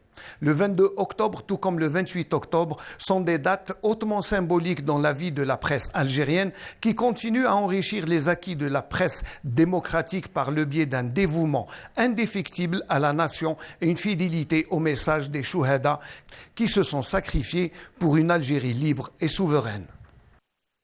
Voilà, ça c'est pour planter le décor, pour savoir de quoi on va parler, avec de belles images de l'inauguration de la station régionale de Constantine en 1968. Voilà, pour savoir quelles sont les images qui sont passées. Oui. Alors, Chahines, c'est vrai que pour les journalistes, c'est une journée importante. Oui, d'abord, une journée pour la presse nationale, c'est important. Oui, c'est une journée importante et c'est une occasion aussi pour se remémorer du parcours de nos organes publics, notamment le journal Moujahid qui a été créé, il faut le rappeler, en juin 1956. Il était aussi l'organe officiel. Porte-parole du Front de Libération Nationale pendant la guerre de libération. Il avait pour mission à l'époque, il a relevé le défi à l'époque de contrecarrer la propagande coloniale. Il a aussi réussi à mobiliser et à sensibiliser le peuple autour de la question, autour de sa souveraineté nationale, pour recouvrir la souveraineté nationale. Ça, c'est le rôle joué par un média comme El Moujahid, qui a d'abord, comme vous le disiez, fait front, qui a protégé, mais aussi rassemblé, mobilisé. Je crois que c'est le devoir du journaliste. C'est son métier, mais aussi il le fait avec brio, et notamment le Moujahid, qui reste quand même une référence en matière d'information crédible et d'informations sourcées et surtout d'engagement professionnel, je pense. Oui, exactement. En effet, en 1962, le journal Moujahid a continué d'être publié sans interruption. Il a aussi accompagné le développement économique et social du pays. Actuellement, le Moujahid il a une nouvelle vision. Voilà, il est en train de faire ça mieux parce que c'est vrai que maintenant nous sommes à l'ère de l'électronique. Voilà, exactement. Voilà, donc je pense que le format, moi je me souviens du Moujahid quand il avait le format journal, qu'il fallait vraiment étendre ses deux mains pour le lire. Maintenant, je crois que le papier journal est en train de disparaître, le support papier. Oui. Mais le journal va rester. Oui, dans ce sens, le quotidien Le Moujahid propose à ses lecteurs un site web très attractif qui est instantanément actualisé avec l'information. Aussi, à travers ses plumes et à travers une équipe de journalistes jeunes, il accompagne l'actualité nationale et il continue à défendre les principes de l'Algérie et à défendre l'image de l'Algérie. Ça a toujours été les principes. Alors quand vous me dites une équipe de jeunes, moi je me souviens des anciens comme Zouaoui Ben Khellaf, comme Chérif Haddad, Allah yarhamoum. J'oublie, il y a de grands noms qui ont travaillé. J'ai eu le plaisir et l'honneur de les côtoyer tout au long d'un petit parcours professionnel. Mais à travers le message des anciens, vous, jeunes journalistes qui avez pris le relais, quel sentiment vous avez? Fierté d'abord, oui. Mais aussi... Oui, c'est un honneur de travailler pour un organe historique, un organe qui a sa place sur le champ médiatique algérien. Donc, ça me pousse à fournir un travail qui répond aux attentes de nos lecteurs et à fournir un travail au quotidien juste, cohérent et faire face aussi à ce qui se dit et répondre à l'attente de nos lecteurs. Voilà. Oui, alors c'est difficile de répondre à l'attente des lecteurs, même si le lectorat a changé. Ce n'est plus le même lectorat des années 60, 70, 80, même maintenant. Il y a un autre lectorat jeune, qui a beaucoup plus, qui manie un peu son portable beaucoup plus qu'il ne prend un journal et le lit. Donc comment vous faites Justement, notre quotidien, le quotidien Moujahid, il s'adapte à l'ère numérique en proposant un site, comme je viens de vous le dire, un site très attractif qui est doté d'un nouveau système informatique, le QR code, une sorte de variante, une variante récente qui permet de coder l'information et ça permet aussi une lecture rapide pour nos internautes. Il faut rappeler que le journal Moujahid, c'est le premier organe national qui a mis en œuvre ce nouveau code. Il offre un site web très attractif et qui est, comme je viens de vous le dire, instantanément actualisé actualisé avec des produits médiatiques qui traitent l'actualité de la scène nationale. Voilà, tout en restant fidèle aux principes, bien sûr, de vos aînés qui vous ont précédés. C'est vrai que Moujahid a pris un bain de jouvence, tout à fait normal, même dicté par la loi de la vie, il doit se régénérer, mais tout en restant fidèle à ses principes. Je pense que le Moujahid est fidèle à sa ligne directrice. Exactement. Voilà. Et pour la même, par l'occasion, en 2021, notre quotidien a commencé à éditer une nouvelle revue, Politis, une revue mensuelle qui traite des questions internationales et qui traite des questions géopolitiques. Donc j'invite nos lecteurs et les téléspectateurs aussi à télécharger cette revue à partir de notre Politis, une revue qui traite, comme je viens de vous le dire, des questions internationales et qui défend aussi les principes de l'Algérie à l'international et qui défend aussi et valorise l'image de l'Algérie. Alors, c'est beaucoup de travail. Hein. Oui, exactement. En même temps, les couvertures quotidiennes. Et vous participez à Politis J'ai eu l'occasion de publier. Oui. Et bon, là c'est le contexte. On a parlé du Moujahid en tant que journal. D'ailleurs, on salue le directeur, M. Koursi, pour ses efforts, Mohamed Koursi, pour ses efforts. Et bien sûr, de continuer dans cette lancée. C'est pas facile de donner un nouveau visage à un journal pour rester dans le même contexte avec la même mission, fidèle à ses principes et toujours continuer. Je pense que c'est un peu difficile, mais vous arrivez quand même à le faire. Oui, exactement. On essaye de répondre à l'attente de nos lecteurs en fournissant une information actualisée. Parce que les lecteurs, actuellement, ils exigent une information rapide et mise en ligne rapidement, d'une manière très parce qu'instantanée même. Voilà. Ils veulent l'information instantanée. Alors, dans un autre contexte, sur un plan particulier, la Journée nationale de la presse, en tant que journaliste qui a été honorée par les autorités, ça vous fait quoi d'être honoré? C'est une fierté de célébrer cette journée. Et je profite de l'occasion de remercier le Wali de Constantine, M. Abdelkhalq Siyouda, qui a organisé, je pense, jeudi dernier, une magnifique cérémonie à l'honneur de tous les journalistes qui exercent sur le territoire de la wilaya de Constantine. Donc, c'était un honneur d'être honoré parmi ces journalistes. Et je félicite aussi mon confrère du journal Moujahid qui a décroché le 3e prix du président du prix du journaliste professionnel dans sa 8e édition. C'est un jeune reporter, c'est Fouad Irnaten, c'est ça. Il a décroché pour la 2e fois successive. 2 fois, c'est bien. Même l'année dernière, il y avait un autre journaliste, Tahar Qadi, qui a eu le 1er prix. Et je félicite tous les journalistes qui ont eu ce prix. Nous, je profite de l'occasion pour féliciter mon ami Mounir Larj, de Canal Algérie, qui a aussi reçu un prix sur le support audiovisuel. Il y a aussi un confrère de Nasser, Khaled Darbani. Il a eu le 1er prix de la presse écrite. Ça fait plaisir. Ça fait très plaisir. Dans une ville comme Constantine, recevoir comme ça 2-3 prix, c'est bien? Non, c'est une ville culturelle. C'est une ville qui a vu naître de grandes plumes. Oui, on va quand même, si on revient en arrière, si on va citer tous les grands, on va faire des jaloux. Moi, je préfère ne pas citer, mais nous avons appris notre métier au contact de grands monsieur de la plume, et on a eu tellement que je n'ose même pas les citer, sinon je vais prendre une demi-heure pour les citer. C'était de grands monsieur, de grands journalistes qui ont tant donné à la presse nationale. Alors, un dernier mot, chère Inès, puisqu'on arrive enfin. Oui, j'espère que je vais continuer à fournir un travail professionnel.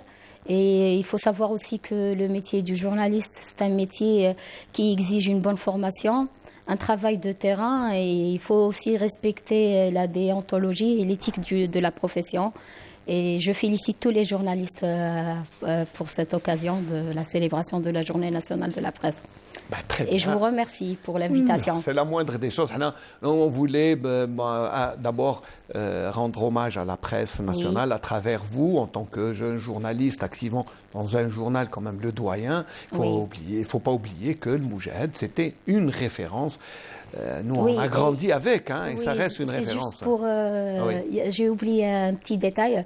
Le quotidien, actuellement aussi, il accorde une place privilégiée au traitement des questions mémoriales de l'État algérien et pour la défense des principes de l'Algérie à l'échelle internationale. Il le fait toujours avec brio, le Moujahid continue. Et je remercie également notre directeur général qui accorde une chance pour les jeunes reporters d'investir le terrain et de réaliser des reportages sur tout le territoire de l'Algérie. C'est bien. Merci d'avoir répondu, Shahinez. On remercie votre directeur qui vous a permis de venir. Merci d'avoir parlé de la presse. Moi, je vais vous offrir une chanson, Men Annaba. Comme ça va vous changer un peu. En attendant de passer à un sujet qui est littéraire, qu'on va parler de Ketb Yassine. Eh bien, vous le voilà. Oui. Allez.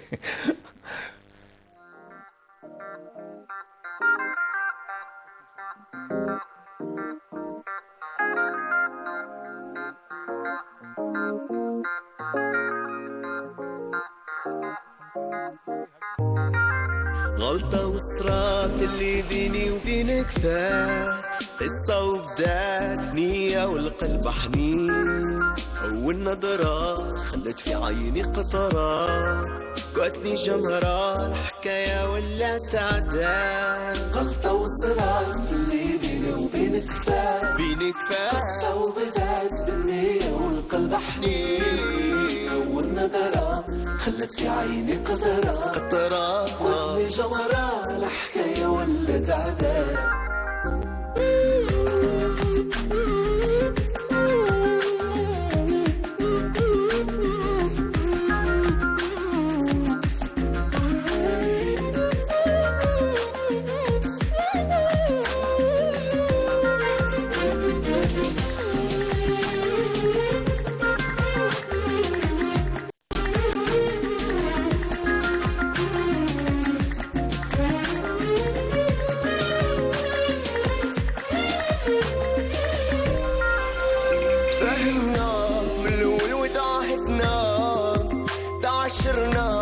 وسطرنا الطريق دارت ليام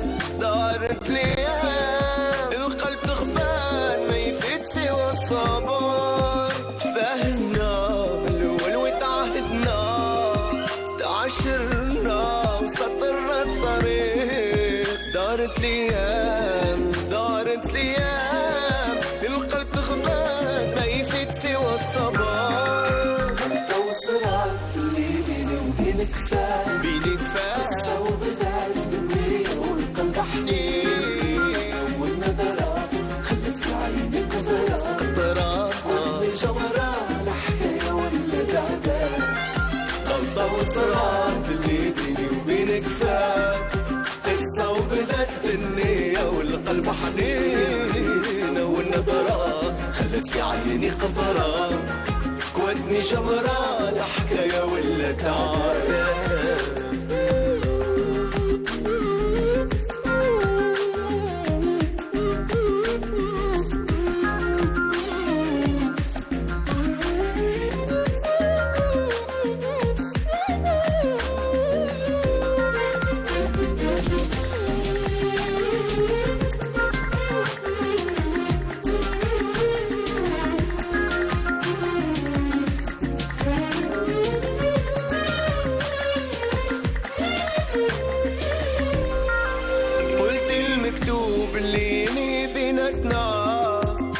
سببتي ورايك بدلتي كلام الناس وكلام الناس ما يزيد ما يقلل عليا وعليك الشام قلت المكتوب اللي ينهي بيناتنا ما سببتي ورايك بدلتي كلام الناس وكلام الناس ما يزيد ما يقلل عليا وعليك الشام توصلات اللي بيني وبينك فات قصة وبدات بالنية والقلب حنين والنظرة خلت في عيني قطرات وقتني جمرة الحكاية ولا تعداد غلطة وصرات اللي بيني وبينك فات قصة وبدات بالنية والقلب حنين.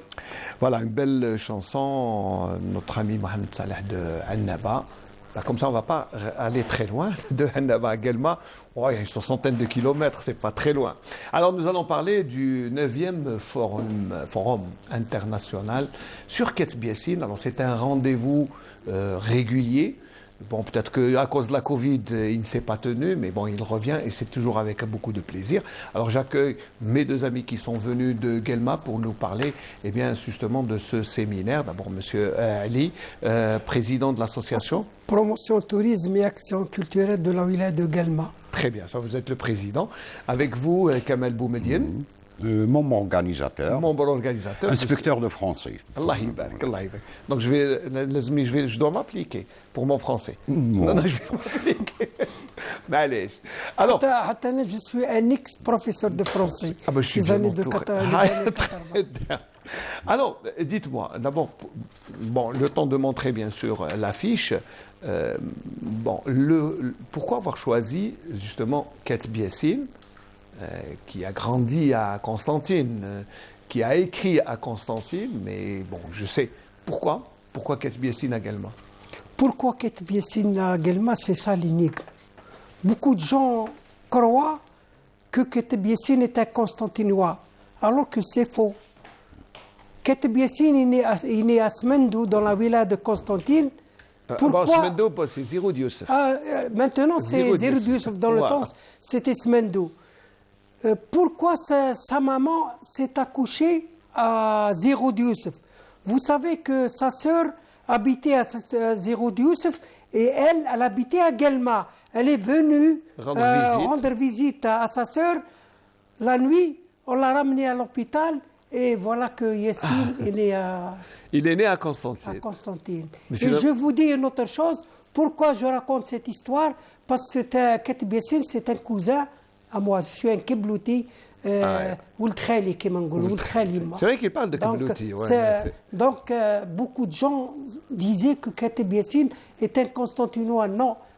Ketbiessine, il est de Hammam Beil, une commune qui avoisine la ville de Guelma, 40 km, les arches d'Ibn Kiblout, Sfahli. Voilà, ça c'est pour la petite explication, pour dire pourquoi on se retrouve à Guelma à parler de Ketbiessine. Alors, le forum s'est arrêté pendant la Covid obligatoirement, mais là vous retrouvez et vous avez choisi la thématique qui est, je vais lire, c'est l'intertextualité, socialité, conversation dans l'œuvre de Ketbiessine.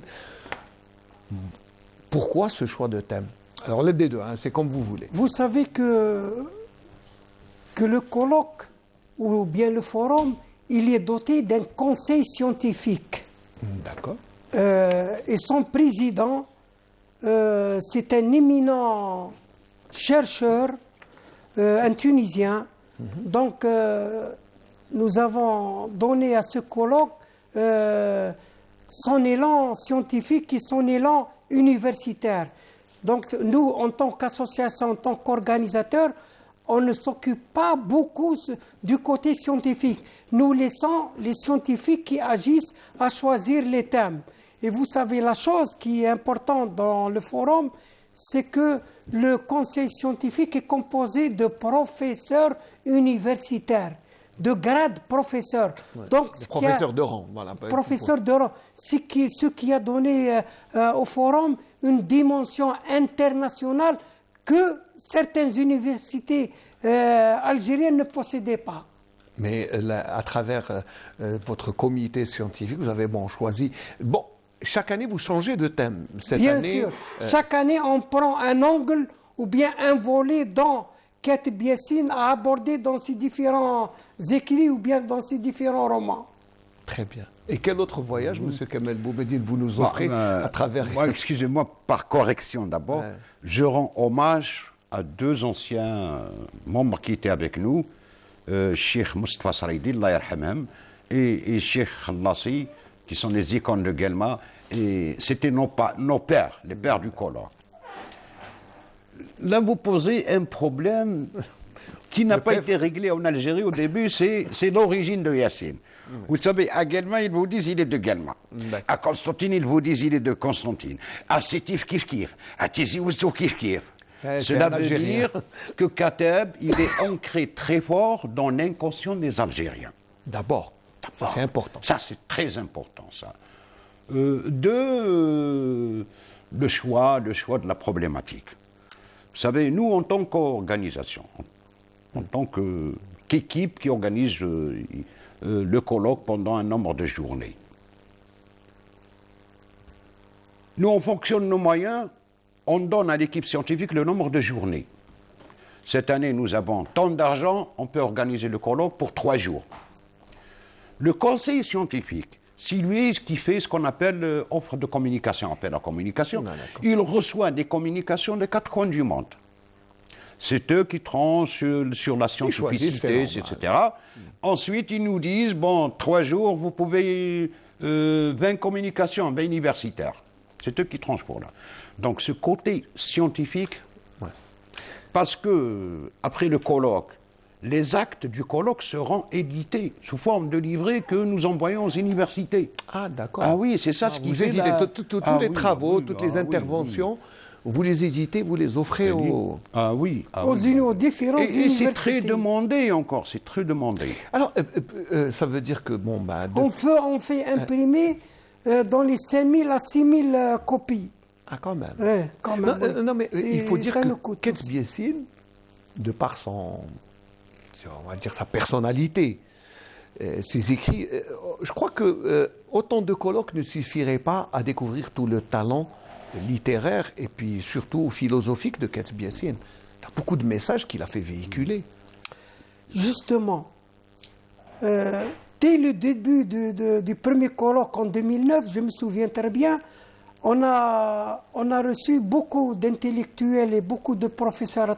On a même c'est étonnant, de la Corée du Sud, professeurs de la Corée du Sud qui viennent parler de Ketz Biessine. Ça, c'est incroyable. Ça, c'est incroyable. Oui, la chose la plus importante qu'on a découverte à travers Ketz Biessine, c'est une fois arrivé ici à Guelma, dans sa bâtisse à Hammam Bey, à Ain Ghrour, vous savez, nous avons érigé une stèle, dans l'endroit où Ketz Biessine avait inspiré le Nejma en 1954. Le fameux Nejma. Le fameux Nejma en 1964. Beaucoup de professeurs ont dit que nous allons revoir nos écrits. La vérité qu'ils ont vue, ils ont vu Kef Seyh, lorsque Ketz Biessine a parlé de Kef Seyh sur Nejma, ils ont vu Kef Seyh sur place, là où on a érigé la stèle, vers les coups de 16 heures, lorsqu'il n'y aura plus de soleil, lorsque le soleil commence à se coucher, vous voyez là l'endroit où il a érigé, c'est étonnant d'ailleurs, là où il a érigé la stèle, vous trouvez Nejma en ombre. Allah Ibarak. Ça a été découvert. Et maintenant, beaucoup de gens qui sont en train d'écrire sur ce phénomène-là. Ça, c'est un phénomène. Alors, vous savez, bon, parmi les archives, vous savez, il a laissé beaucoup de têtes. Juste, alors, quand il parle de Nejma, c'est un court fragment d'une interview que l'on a pu, bon, ben, on s'excuse un peu pour la qualité d'image, qui est parce qu'elle est très ancienne, mais je vous propose d'écouter Ketz Biessine et d'écrire Nejma. C'est l'histoire d'une terrible frustration qui transcende, qui transmue cet amour impossible, qui le transcende et qui le porte vers la révolution. À présent que Nejma n'ignore plus Keblout, à présent que la terre l'a rendu à ses origines, j'ai besoin dans ses bras de redresser ma tête. J'ai besoin de Nejma pour nouer mes racines. Et comme un arbre en mal d'amour, j'ai besoin d'une fleur pour lancer mes grenades. Ça a donné, je crois, pour le peuple algérien, un frisson, quelque chose que tout le monde a ressenti. Nejma, en d'autres termes. Nejma, c'est l'Algérie. Son image est restée vivante. J'ai énoncé les hommes, les prolétaires, les ménagères, Nejma, la mort, le crâne, la vie, le sang, les esclaves, la liberté, l'amour, la nuit, le corps, le vent, la solitude, le froid, l'éternité, le feu, désert, terre, les amis, l'avion, la lune, le compas, le ciel, l'art, la faim, la colère, la chance, l'époux, les armes, le courage, la grève, l'âme, les cheveux, les barbares, les genoux, l'espoir, le cou, la lance, le vin, les yeux, la foi, la simplicité, les rêves, le laboureur, poésie, réalité.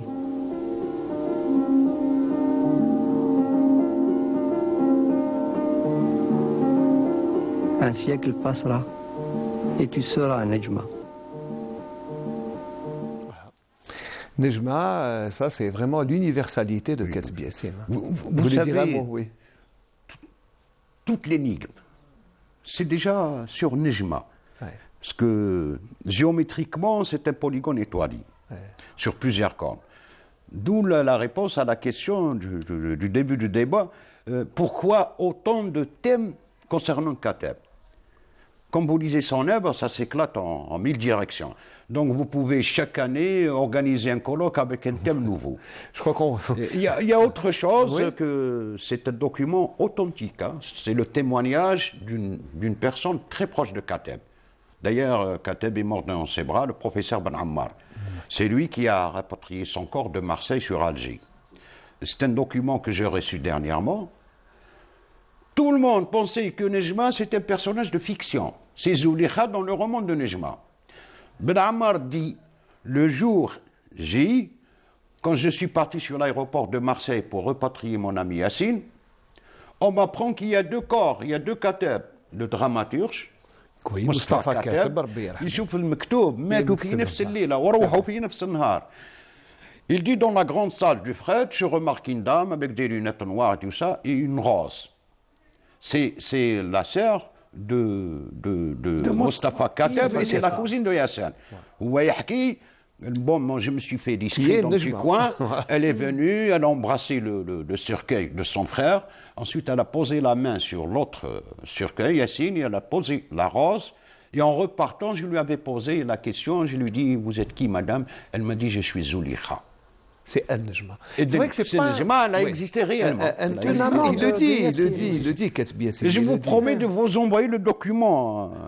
J'aimerais bien, parce que c'est important d'avoir autant de témoignages sur Katb Yassine, sur Nejma, parce que Katb Yassine, pour beaucoup de gens, ils ne le savent pas, mais Nejma a existé, c'est sa cousine, il a dit, elle était son aînée de plusieurs années, et puis, bon, mais... elle a inspiré une œuvre universelle que tout le monde est en train de décrypter, mais jusqu'à maintenant, chaque fois, il vous emmène vers une direction littéraire. Comme vous le dites, c'est impressionnant qu'il y ait des gens de la Corée du Sud, mais c'est tout le monde. Hein, il a été traduit dans plusieurs langues. C'est vraiment une œuvre. Bon, en parlant que de Nejma. Hein. Kateb, il est toujours en vogue dans toutes les universités du monde. Si vous lisez le nombre de postulants pour le doctorat sur Yassine, Moi, je me rappelle, il y a 2 années, un texte de Kateb avait l'objet d'un sujet de bac en France. Donc ça reste l'auteur énigme, l'auteur demandé, l'auteur sur lequel on fait beaucoup de travaux. Sauf que malheureusement, chez nous en Algérie, il est là, on préfère travailler sur des étrangers que sur des auteurs algériens. Non, mais il est là, mais c'est grâce à vous, mais il est là. À l'université en Sorbonne, un doctorat de lettres françaises, il faut passer par un sujet de Katb Yassine. Non, d'où l'importance de ce genre de colloques qui viennent pour que les gens se remémorent que nous avons eu, alhamdoulilah, de grands monsieur qui écrivent dans une langue qui n'est pas la nôtre, il faut le dire, mais qui en ont fait un excellent usage. Il le dit. Hein. Moi, j'ai suivi beaucoup de ses interventions. C'est quelqu'un qui est algérien jusqu'au bout des os, et c'est quelqu'un qui a défendu son algérianité à travers des écrits dans une autre langue. Ça, c'est la performance de Katb Yassine. Moi, je voudrais rajouter autre chose sur le colloque. Ce n'est pas un simple meeting où les gens se retrouvent, des universitaires. Le colloque, il a d'autres dimensions. Ça permet d'abord de regrouper les enseignants algériens. C'est très important. Des enseignants algériens hébergés quelque part pendant 3 jours avec cet échange entre universités algériennes. Un échange d'expériences, etc., de pratiques. Entre autres, vous avez des étrangers qui arrivent. Donc c'est d'autres traditions universitaires, il faut le dire sans avoir honte. C'est le contact qui arrive. Non, bien sûr, le contact et l'ouverture d'esprit. Et comme l'a dit mon ami Kamel, la qualité des intervenants. La majorité des intervenants, c'est des chercheurs. C'est des professeurs de haute qualité. Non, mais ça c'est pour relever les débats lors du colloque. Croyez-moi, monsieur Smaïn, le compte-rendu du conseil scientifique, on a eu 56 demandes d'intervention. Vu nos moyens qui sont limités, une association, on a retenu que 26 conférenciers. Mais ça fait 32 mois.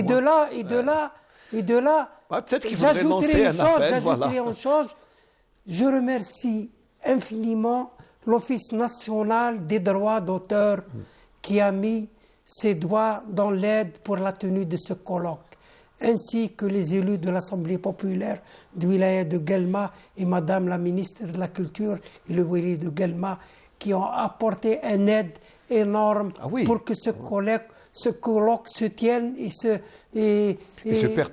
perpétue quotidiennement. Inch'Allah, mais ça c'est bien de remercier, mais vous avez besoin peut-être d'autres moyens, Inch'Allah, peut-être d'autres sponsors qui viennent, parce que c'est bien beau d'organiser des rencontres, d'autant plus que cette rencontre scientifique est suivie par des publications, c'est ça, ça pérennise un peu votre travail. Mais au-delà de l'aspect scientifique littéraire et des débats, vous avez aussi à côté du tourisme.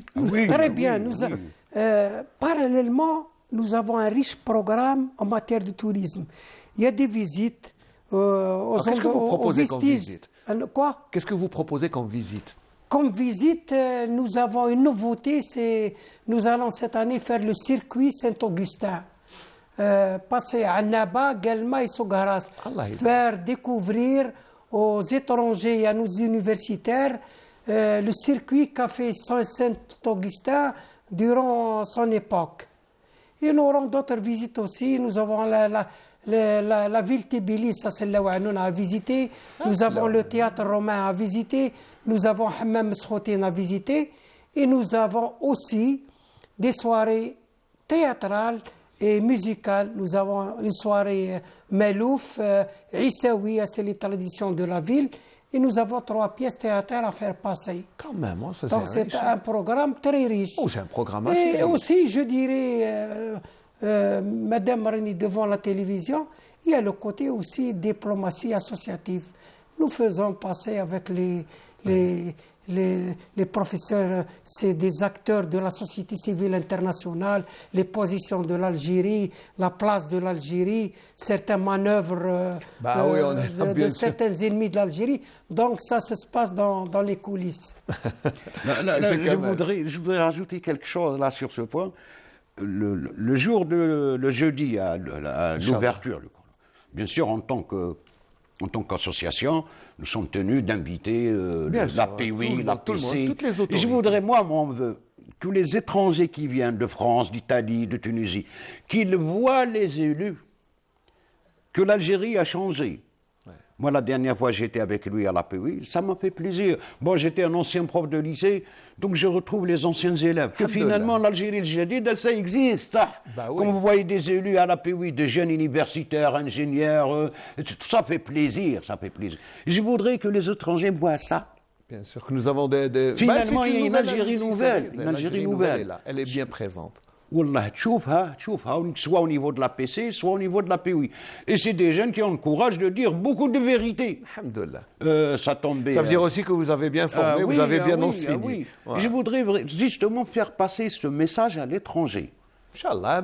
Vous savez, déjà organiser le colloque sur Khat Biassine avec un programme touristique et culturel et qui est très bien, parce que faire passer des œuvres théâtrales, inviter les gens à visiter Guelma, qui est une des plus belles régions d'Algérie, il faut le dire, la verdure de Guelma est extraordinaire, les stations thermales sont extraordinaires, donc c'est bien d'inviter les gens. Mais au-delà, c'est vraiment programmer tout ça en 3 jours. Je pense que c'est du boulot. Et comme vous avez dit, côté touristique, ils sont hébergés dans un complexe thermal pour leur permettre de voir les thermes de Hammam, de Baraka et faire des cures là-bas. Donc il y a le tout.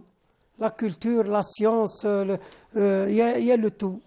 En somme, on va dire que Guelma va sortir un peu de son carcan pendant quelques jours, histoire avec, bien sûr, des soirées, une animation culturelle, artistique, théâtrale et aussi des conférences. Et puis le plus beau dans tout ça, ce sera aussi un plongeon dans l'œuvre Nejma, dans le roman. Voilà.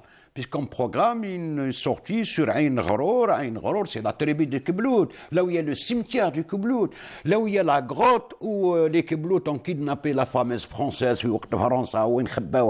et ça, c'est un plongeon dans le... Donc, de la réalité, on fait un plongeon dans la fiction, le roman. Le thème de le colloque précédent, c'était l'espace géographique. D'accord. Réel dans la région des Kiblout et l'espace géographique dans le roman.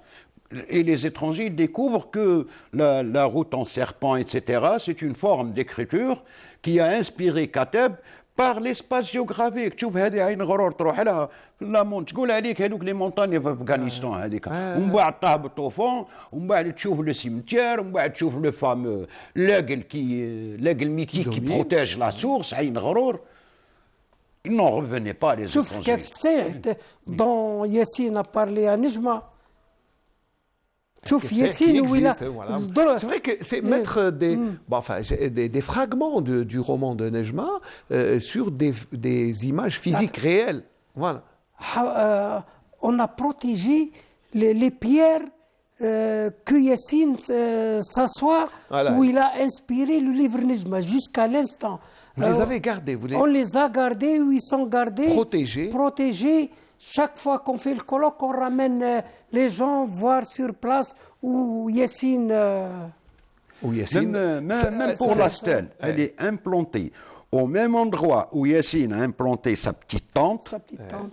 Avec le réchaud. Il faut dire qu'il avait une petite tente réchaud. Il faut expliquer aux gens, parce que, bon, il faut expliquer qu'il avait un petit endroit aménagé où il écrivait, pour s'isoler, parce qu'il avait besoin d'inspiration. Voilà. Et puis il y a sa tribu, sa famille, qui viennent et qui nous présentent des documents authentiques, des lettres manuscrites de Yassine. Il les présente en français. Ils leur disent, voilà, Yassine, il m'a écrit ça en 1956. Vous savez, c'est un document qui a une grande authentique, c'est une authenticité, voilà. Bien, messieurs, je crois que c'est une grande invitation. On va tous venir à Guelma, Inch'Allah. Oui, c'est un rendez-vous à ne pas rater. Ce qui reste décevant à Guelma, c'est que jusqu'aujourd'hui, nous allons fêter le 33e anniversaire de Yassine. Il est mort le 28 octobre 1989. Donc le colloque se tient à cette occasion. Jusqu'à aucun établissement public n'a été à Guelma. Oui, ça c'est. C'est lancé un appel, bien sûr. De cette émission, je fais un appel imminent à Madame le Wali de Guelma de prendre en considération de baptiser un établissement scolaire ou bien culturel au nom de Kateb Yassine. Et c'est la moindre des reconnaissances. Peut-être qu'Ali n'est pas encore au courant. Comme moi je suis à l'éducation nationale, et nous avons un ancien ITE qui formait les enseignants. Maintenant, Wizard Tarbia veut le récupérer. Moi, j'ai sauté sur l'occasion. On a déposé un dossier au niveau de la commission de la mairie, parce que Wizard Tarbia demande Tismiya, le loi. Et on avait proposé Tismiya de Kateb Yassine. Pourquoi pas Kateb Yassine? Pourquoi pas. C'est un enfant de la région et c'est un enfant de toute l'Algérie aussi. Vous savez, l'universalité de Kateb Yassine n'est plus. On devrait nommer beaucoup de trucs sur Kateb Yassine, non pas seulement à Guelma, mais je sais que, d'autant plus que c'est quelqu'un qui a fait beaucoup dans le monde du théâtre, œuvre littéraire, c'est quelqu'un d'engagé pour son pays, quelqu'un qui a laissé beaucoup de qualité dans les écrits. C'est pour ça que, on se retrouve 33 ans après sa mort, il est là. Mais c'est bien de demander à ce qu'il y ait un édifice culturel, peut-être éducatif, qu'il soit baptisé au nom de Kateb Yassine. Ce serait la moindre des choses, je pense, pour un homme qui a tant donné à la littérature algérienne, à la littérature universelle. Il y a quelqu'un.